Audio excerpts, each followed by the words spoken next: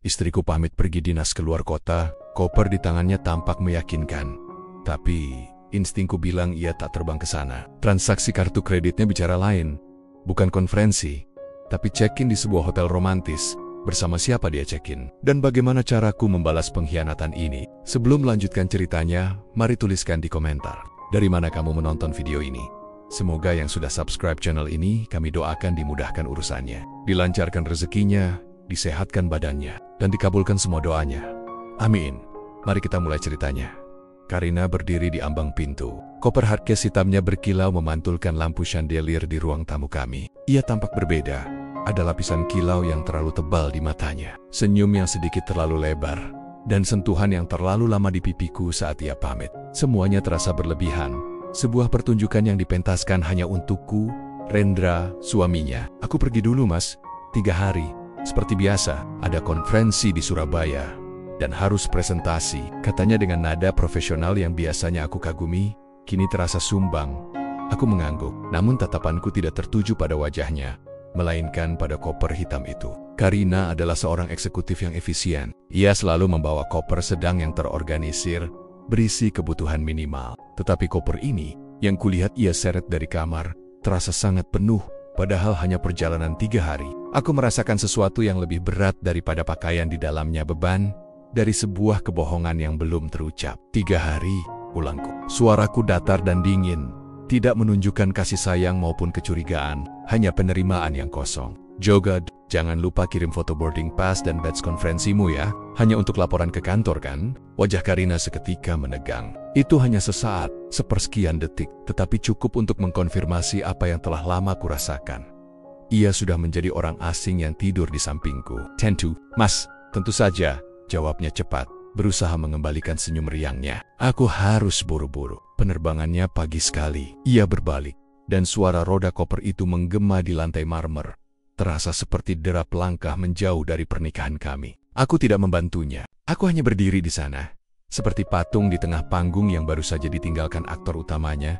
Setelah pintu tertutup dan suara mesin mobil online yang menjemputnya menghilang, tidak ada teriakan marah, tidak ada banting pintu. Aku adalah Rendra, dan kemarahanku tidak pernah berbentuk badai, melainkan es yang mencair perlahan dan menenggelamkan. Segalanya dengan tenang, aku mengambil tablet pribadiku dan masuk ke jaringan yang hanya ku ketahui. Sebagai seorang pengusaha, aku memiliki koneksi yang jauh lebih dalam daripada yang Karina tahu. Aku menghubungi seseorang yang bergerak di bidang investigasi digital dan pelacakan aset. Pesanku singkat dan lugas, lacak Karina. Penerbangan pagi ini ke Surabaya.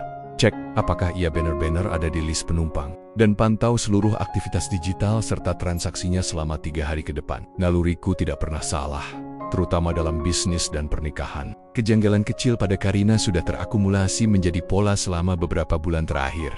Ponsel yang selalu dipegang erat, senyum misterius setelah membalas pesan larut malam, dan seringnya ia berkata sibuk padahal ia hanya duduk di rumah. Koper yang terlalu penuh itu hanyalah tetesan terakhir yang meluap.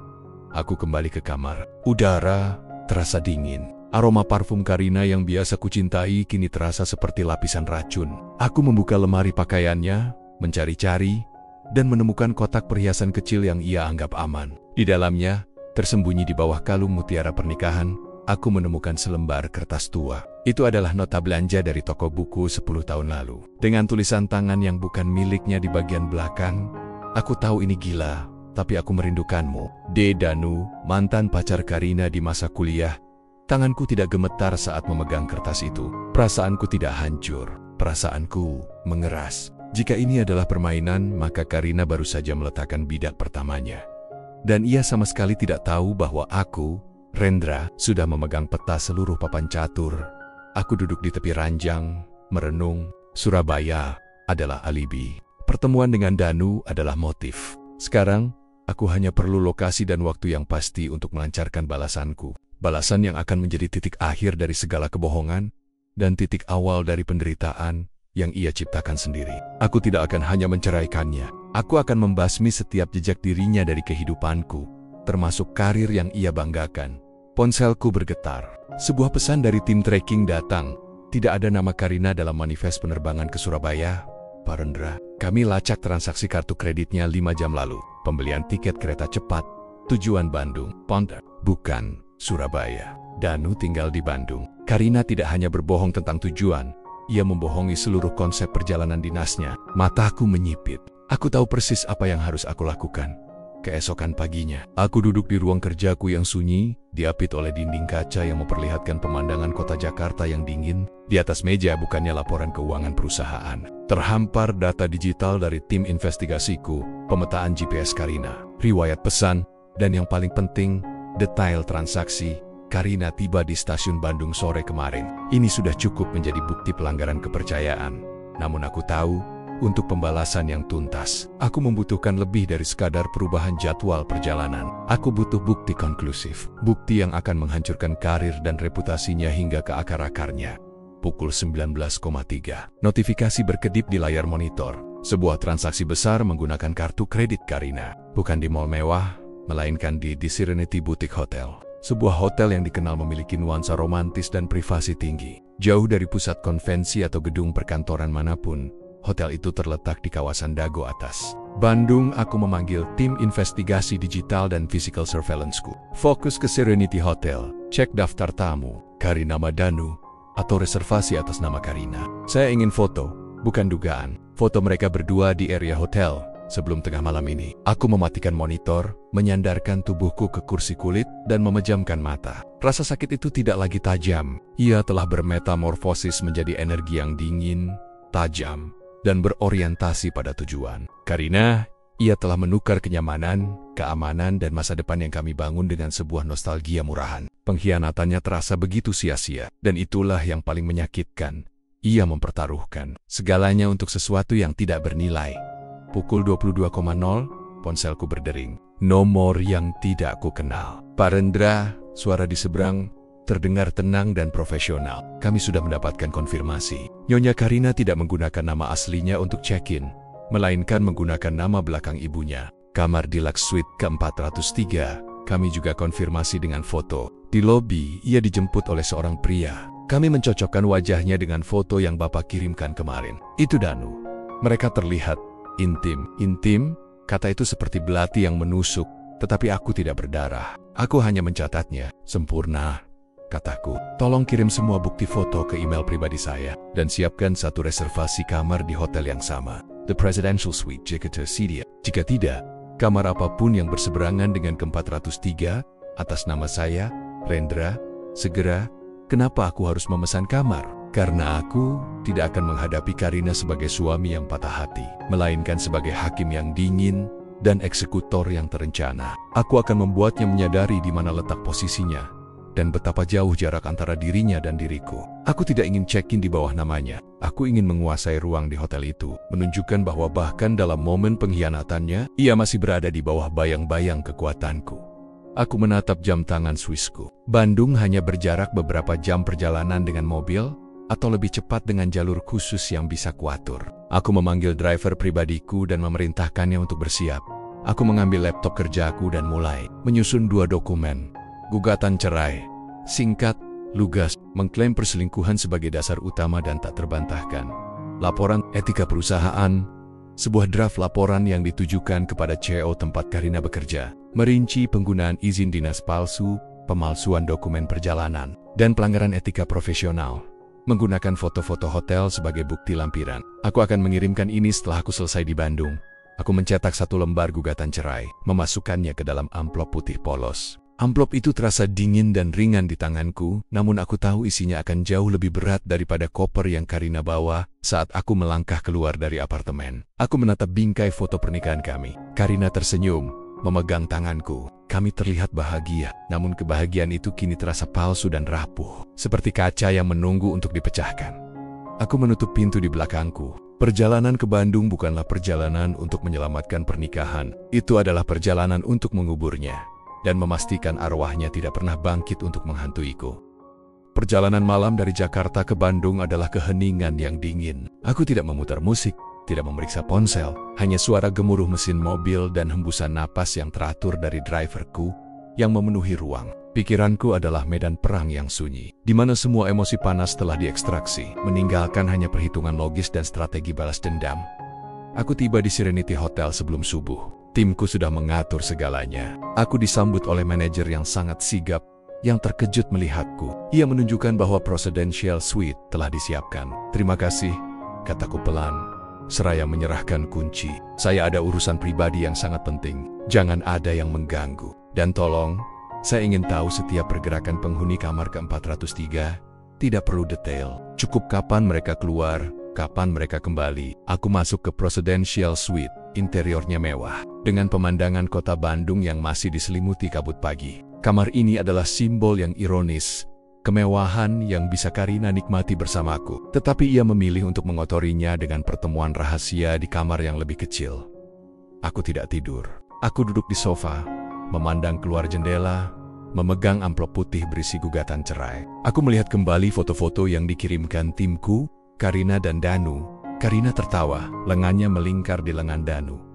Tawa itu, tawa yang sudah lama tidak kulihat ditujukan kepadaku. Wajah Danu, wajah seorang pria yang tidak pernah mencapai standar kesuksesan yang Karina miliki saat bersamaku, kini menjadi pria yang ia pilih untuk menghancurkan hidupnya. Aku memutuskan untuk menunggu. Konfrontasi paling efektif adalah ketika target berada pada puncak rasa aman dan kenyamanan palsu. Aku ingin menunggu sampai mereka sarapan bersama, menikmati pagi. Sebelum aku merobek ilusi mereka, pukul 09.00, notifikasi datang dari manajer hotel. Mereka keluar dari kamar 403, menuju restoran rooftop untuk sarapan. Aku mengenakan kemeja dan jas terbaikku, memilih warna abu-abu yang dingin dan formal. Aku ingin kontras dengan suasana liburan yang mereka ciptakan. Aku ingin terlihat seperti utusan dari dunia nyata yang keras, yang datang untuk menagih hutang dosa mereka. Aku naik lift menuju lantai rooftop. Aku tidak tergesa-gesa. Setiap langkah adalah hitungan mundur menuju kehancuran yang tak terhindarkan. Saat aku melangkah keluar dari lift, aku langsung melihat mereka. Mereka duduk di sudut yang indah, di bawah terik matahari pagi, tertawa. Karina memegang tangan Danu di atas meja. Ekspresinya adalah campuran antara kebahagiaan remaja dan rasa bersalah yang disembunyikan. Mereka terlihat begitu serasi dalam perselingkuhan mereka. Aku berjalan perlahan, langkahku tidak menimbulkan suara di lantai kayu. Aku berjalan melewati meja-meja lain, dan semua mata yang melihatku segera beralih. Mungkin karena aura dingin yang kubawa, aku berdiri tepat di belakang Karina. Danu adalah yang pertama menyadari kehadiranku. Ekspresi wajahnya berubah drastis, dari tawa menjadi teror yang memucat. Ia menelan ludah, matanya membesar, seolah melihat hantu yang muncul dari masa lalu. Karina, yang membelakangiku, bingung melihat perubahan ekspresi Danu. Ia menoleh perlahan, dan pandangan mata kami bertemu. Senyum di wajahnya memudar, seperti lukisan cat air yang disiram air mendidih. Wajahnya menjadi pucat, bibirnya sedikit terbuka, dan matanya dipenuhi ketidakpercayaan, lalu ketakutan yang mendalam. Aku tidak mengatakan apa-apa. Aku hanya menatapnya, membiarkan kebohongan yang ia ciptakan runtuh di sekelilingnya. Danu mencoba menarik tangannya dari Karina, tapi Karina malah mencengkeramnya erat, seolah mencari perlindungan yang tidak akan pernah ia dapatkan. "Rendra," suara Karina tercekat, nyaris tidak terdengar. Aku melihat ke bawah, ke piring sarapan mereka yang masih utuh. Pemandangan itu matahari pagi, tawa yang baru saja terhenti, semuanya terasa menjijikkan. Aku menarik kursi di seberang mereka dan duduk dengan tenang. Aku meletakkan amplop putih itu di atas meja, tepat di antara piring sarapan, menutupi pegangan tangan mereka. Aku tidak datang untuk berdebat. Aku datang untuk menyelesaikan atmosfer di rooftop restoran seketika membeku. Para pengunjung lain mencoba untuk tidak menatap, tetapi suara keheningan di meja kami begitu memekakkan telinga sehingga tidak mungkin diabaikan. Karina masih duduk terpaku, matanya dipenuhi air mata yang belum sempat jatuh. Danu di sampingnya gemetar, wajahnya benar-benar pucat. Aku mengambil serbet bersih dari meja dan meletakkannya di samping amplop putih itu. Kemudian, aku memecah keheningan, tetapi bukan dengan teriakan, melainkan dengan suara yang lebih dingin dan tajam dari pecahan es. "Kau bilang kau ada di Surabaya, Karina." "Di konferensi," kataku, dengan penekanan pada setiap suku kata. Aku baru tahu, ternyata Bandung jauh lebih menarik dari presentasi proyek. Hotel ini, Serenity, nama yang ironis untuk tempat di mana ketenangan hidup seseorang dihancurkan. Karina akhirnya menemukan suaranya, tetapi itu hanya bisikan putus asa. "Mas, Ini tidak seperti yang kamu pikirkan." Aku bisa jelaskan. Aku tertawa kecil, tawa yang tidak mengandung kegembiraan, hanya ironi. "Apakah kamu akan menjelaskan mengapa tas dinasmu berisi pakaian seksi baru? Atau mengapa check-in di kamar 403 dengan nama belakang ibumu? Atau mungkin, mengapa kamu memilih Danu di antara ratusan juta pria lain di dunia ini?" Danu mencoba menyela. "Tunggu dulu, Mas Rendra. Ini salah paham. Kami hanya..." Aku mengangkat satu tangan. Gerakan kecil, namun mengandung otoritas penuh. Danu langsung diam, tidak berani melawan pandangan mataku. Ia tahu, ia sedang berhadapan dengan konsekuensi yang jauh melampaui kemampuan. Karina. Aku mendorong amplop putih itu sedikit ke arah Karina. Di dalamnya ada gugatan cerai. Aku sudah menandatanganinya. Kamu hanya perlu membaca dan menandatanganinya juga. Saat ini, di sini, Karina menatap amplop itu seolah-olah itu adalah surat kematiannya. Air mata akhirnya tumpah, mengalir tak terkendali. Tidak, Mas. Tolong, jangan lakukan ini. Aku minta maaf. Aku tidak akan melakukannya lagi. Aku akan memutuskan hubungan dengan Danu. Aku mohon pikirkan lagi. Pikirkan lagi? Aku memiringkan kepalaku. Senyum sinis tersungging di bibirku. Aku sudah memikirkannya selama 12 jam terakhir.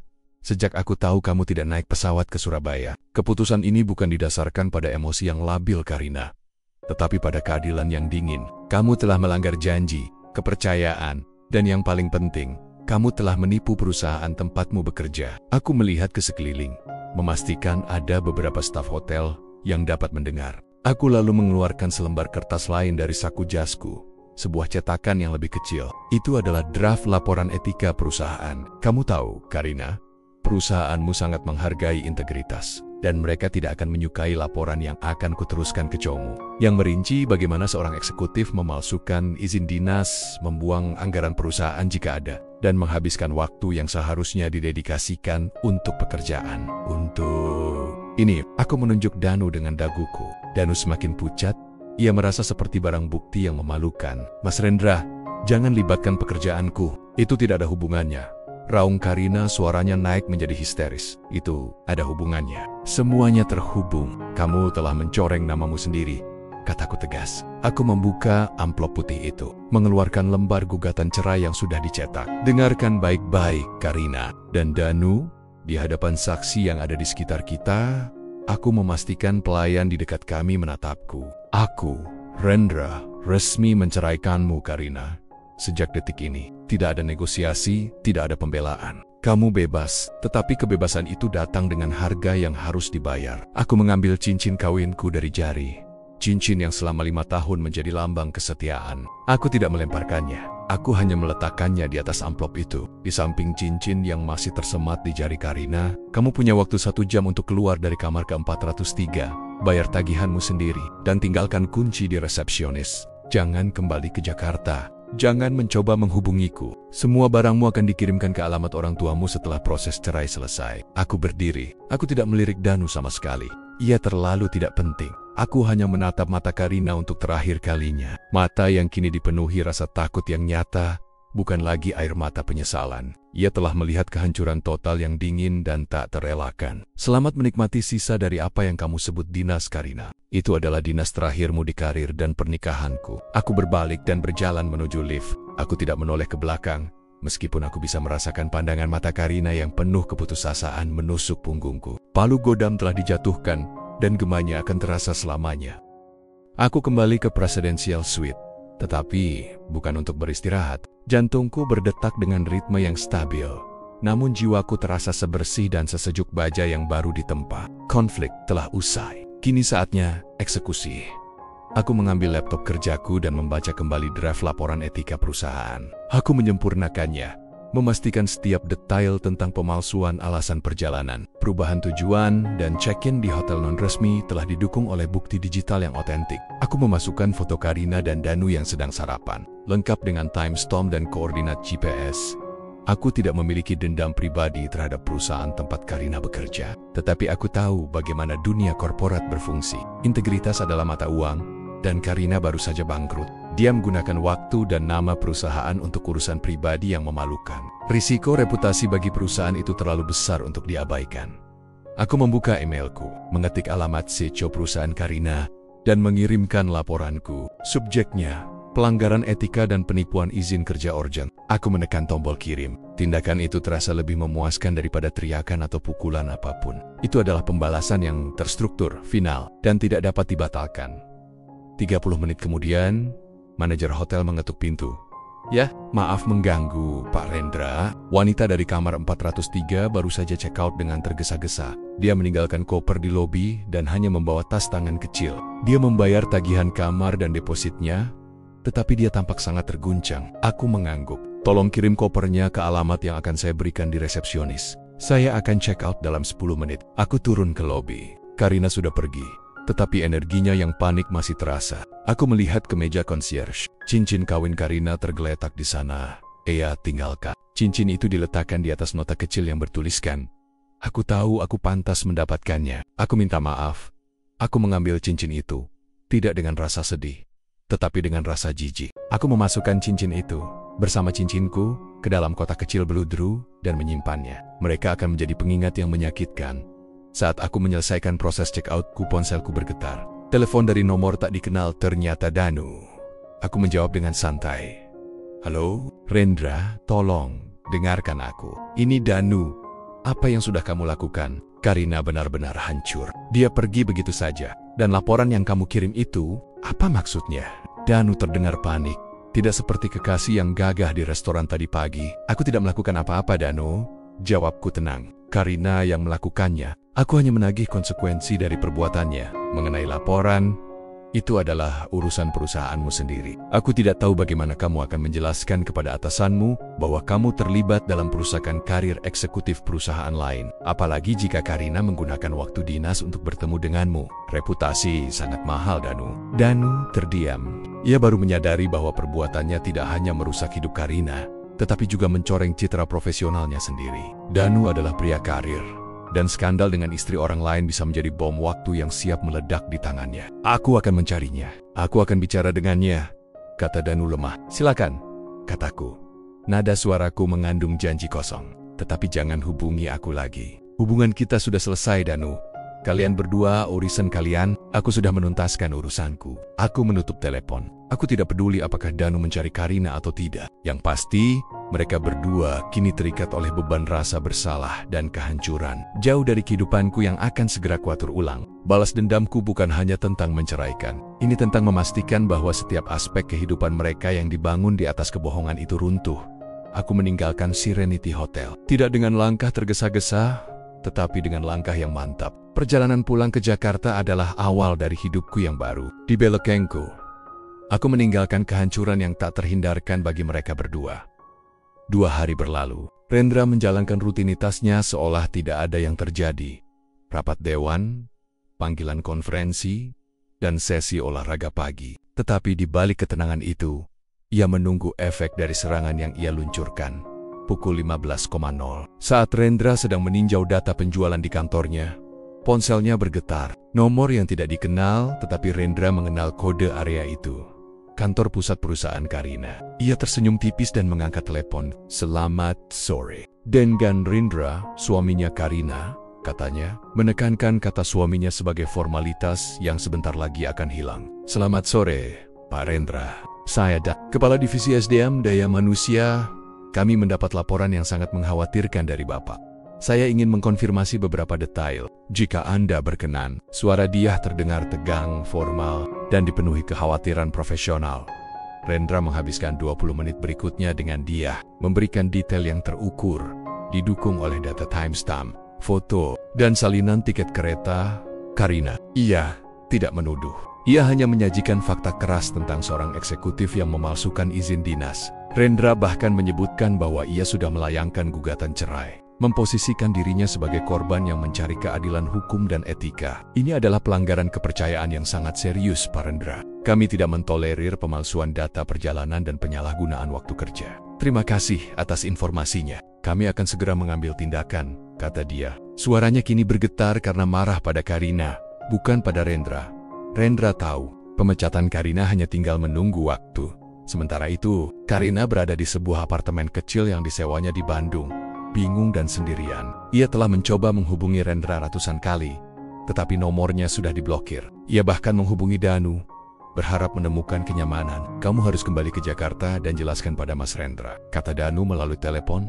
Suaranya terdengar dingin dan menjauh. "Aku tidak bisa menemuimu. Atasanku memanggilku untuk rapat darurat. Mereka mendapat warning tentang keterlibatanku dalam skandal etika. Aku tidak bisa mempertaruhkan karirku, Char. Jangan hubungi aku dulu, Danu." Sang kekasih yang berani saat di kamar hotel, ternyata hanyalah seorang pengecut yang lari saat melihat api. Karina melempar ponselnya ke tempat tidur. Ia ditinggalkan oleh suami Nia, oleh kekasihnya, dan kini ia merasa ditinggalkan oleh takdir. Pukul 17.00. Ponsel Karina yang lain, ponsel kerjanya, berdering. Itu adalah nomor dia, Kepala Divisi Sumber Daya Manusia. Karina mengangkatnya dengan tangan gemetar. Berharap ini adalah panggilan untuk menanyakan tentang status proyeknya. Karina, suara dia tidak menunjukkan kehangatan. Kami baru saja menyelesaikan rapat darurat. Berdasarkan bukti yang kami terima mengenai pemalsuan izin dinas dan pelanggaran etika perusahaan yang serius. Selama perjalanan dinas Anda, Dewan Direksi telah memutuskan untuk memberhentikan Anda dengan tidak hormat. Efektif. Segera. Karina merasa dunia di sekelilingnya runtuh. Apa? Tidak, Budiah. Tolong, saya bisa jelaskan. Itu urusan pribadi. Tidak ada hubungannya dengan pekerjaan. Justru itu ada hubungannya, Karina. Anda menipu perusahaan. Anda dibayar untuk bekerja, tetapi Anda menggunakan waktu dan sumber daya untuk kepentingan pribadi yang merusak reputasi. Seluruh akses digital Anda akan segera dicabut. Kami akan mengirimkan surat resmi, termasuk pemberitahuan kepada departemen terkait di industri ini mengenai alasan pemecatan. Selamat siang. Klik. Karina menjatuhkan ponselnya, dan kali ini ia tidak bisa menahan tangis histeris. Ia kehilangan segalanya dalam waktu 3 hari. Suaminya, rumahnya, dan karir yang ia bangun dengan bangga selama 10 tahun. Palu Godam Rendra tidak hanya memukul hatinya, tetapi juga menghancurkan fondasi eksistensinya. Sementara itu, di Jakarta, Rendra menerima balasan email dari dia. Tindakan telah diambil. Masalah ini sudah selesai. Kami berterima kasih atas integritas Anda, Pak Rendra. Rendra menutup laptopnya. Keadilan telah ditegakkan. Hukuman pertama telah dilayangkan. Dan itu adalah pukulan paling telak. 6 bulan kemudian, musim semi telah berganti menjadi musim gugur dalam hidup Karina dan Danu. Karina kini tinggal bersama orang tuanya, di rumah yang dulunya ia tinggalkan karena ingin hidup mewah. Ia telah resmi bercerai dari Rendra. Prosesnya cepat dan tanpa perlawanan berarti. Rendra telah mengambil aset yang menjadi haknya, meninggalkan Karina hanya dengan kepemilikan minor dan, yang paling menghancurkan, hutang sosial dan profesional yang tak terbayar.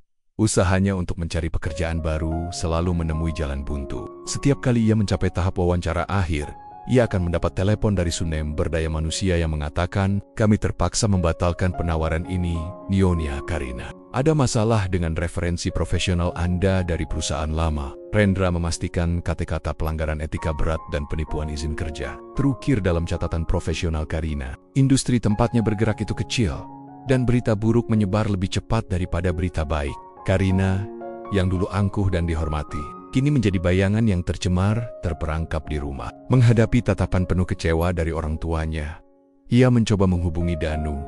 Danu adalah satu-satunya pelabuhan, meskipun ia tahu ia tidak mencintainya. Ia hanya membutuhkan seseorang untuk berbagi penderitaan. Panggilan itu dijawab oleh Danu dengan nada yang dingin dan penuh keengganan. "Ada apakah? Aku baru saja ditolak lagi untuk pekerjaan. Sudah yang ke-10 kalinya. Dan aku butuh kamu. Kita bisa mulai lagi dari nol, kan?" Suara Karina memohon. Putus asa.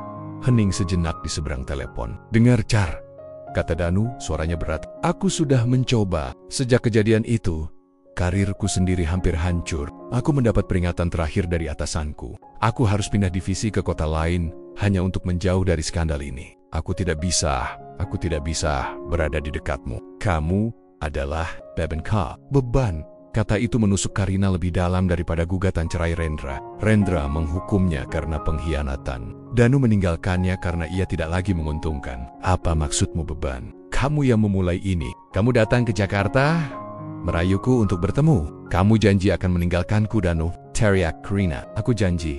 "Ya, tapi aku tidak pernah janji akan menghancurkan hidupku untukmu," balas Danu kejam. "Rendra menghancurkanmu, Char, dan aku tidak ingin menjadi collateral damage-nya. Selamat tinggal. Jangan hubungi aku lagi. Aku akan blokir nomormu." Klik. Karina kini sepenuhnya sendirian. Mantan suaminya menghukumnya dengan cara yang paling efektif dengan memotong akarnya, dan mantan kekasihnya meninggalkan bangkai hidupnya untuk membusuk. Sementara itu, Danu yang bekerja di kota baru juga tidak bahagia. Meskipun ia tidak dipecat, reputasinya tercoreng. Ia terpaksa pindah, gajinya dipotong, dan ia menjadi paria di kantor barunya, selalu dicurigai. Ia tahu Rendra tidak pernah melakukan apa-apa secara langsung. Tetapi Danu hidup dalam ketakutan akan bayangan Rendra. Tahu bahwa social cost dari pengkhianatan itu akan menghantuinya selamanya di tempat lain. Karina menatap keluar jendela, melihat kehidupan orang lain yang berjalan normal. Ia menyadari bahwa penderitaan yang ia alami tidak datang dari kemarahan yang membara, tetapi dari pembalasan yang dingin, terencana, dan tak terhindarkan. Ia telah menukar segalanya untuk satu malam yang sia-sia, dan kini ia harus membayar cicilannya seumur hidup. 1 tahun berlalu. Rendra duduk di ruang kerjanya yang kini terasa lebih lapang. Rumah itu telah melalui pembersihan yang menyeluruh. Tidak ada lagi foto Karina di dinding, tidak ada lagi perhiasannya di laci, dan aroma parfumnya telah digantikan oleh aroma kayu sidar yang tenang. Perceraian telah final, dan itu adalah kemenangan mutlak Rendra. Ia tidak hanya mendapatkan keadilan, tetapi ia juga mendapatkan kembali martabat dan kendali atas hidupnya. Proses ini telah mengajarkannya bahwa balas dendam yang paling tuntas adalah yang dilaksanakan tanpa emosi, didasarkan pada logika, dan dengan tujuan menghancurkan fondasi, bukan hanya permukaan. Rendra sesekali mendengar berita tentang Karina dan Danu melalui koneksi-koneksi jauh, dan semua berita itu adalah konfirmasi atas keberhasilannya. Karina masih menganggur, namanya sudah menjadi kunci hitam di hampir semua perusahaan besar. Ia hidup dalam ketergantungan penuh pada orang tuanya, dan ia menderita bukan karena kehilangan kemewahan, tetapi karena kehilangan harga diri dan masa depan. Ia menjadi pelajaran yang menyakitkan bagi orang-orang lain tentang harga sebuah pengkhianatan. Di sisi lain, tidak bisa membangun kembali hubungannya dengan Karina. Setelah menyadari bahwa Karina hanyalah korban sial dari rencana kejam Rendra, Danu meninggalkannya. Danu kembali menjadi pria kesepian, tetapi kini ia juga seorang pria yang diperingatkan. Ia kehilangan promosi, kehilangan kepercayaan, dan hidup dalam kecemasan bahwa masa lalunya akan mengejarnya lagi. Mereka berdua menderita, bukan karena Rendra secara fisik menyiksa mereka, tetapi karena Rendra telah membiarkan konsekuensi alami dari perbuatan mereka menjatuhkan hukuman yang paling adil. Penderitaan yang ditanggung sendiri-sendiri, terpisah dan tanpa dukungan. Rendra menutup laptopnya. Ia tidak lagi merasakan kemarahan, ia hanya merasakan kedamaian. Ia telah melalui badai emosi, mengubahnya menjadi strategi pembalasan. Dan kini, ia kembali menjadi dirinya sendiri. Rendra, seorang pria yang menghargai kepercayaan di atas segalanya. Ia berdiri dan berjalan menuju jendela, memandang ke kota yang ramai. Di luar sana, orang-orang masih berjanji, masih berbohong, masih saling mengkhianati. Tetapi Rendra sudah selesai dengan semua itu. Ia mengambil kotak kecil bludru dari laci mejanya, kotak yang berisi 2 cincin kawin. Ia memandang mereka sejenak, simbol dari janji yang telah dilanggar dan pembalasan yang telah dituntaskan. Ia kemudian melemparkan kotak itu ke tempat sampah di sudut ruangan. Tidak ada kata perpisahan, tidak ada penyesalan. Ia berbalik, menarik napas dalam-dalam, dan berjalan menuju pintu. Di ambang pintu, ia berhenti sebentar, menatap kamar kerjanya. Babak ini sudah selesai, bisiknya pada keheningan ruangan. Rendra melangkah maju, siap untuk babak baru, di mana kepercayaannya akan diberikan hanya kepada dirinya sendiri, dan di mana janji yang ia buat adalah janji untuk tidak pernah lagi membiarkan kebohongan meracuni hidupnya. Kemenangannya adalah sunyi, final, dan abadi.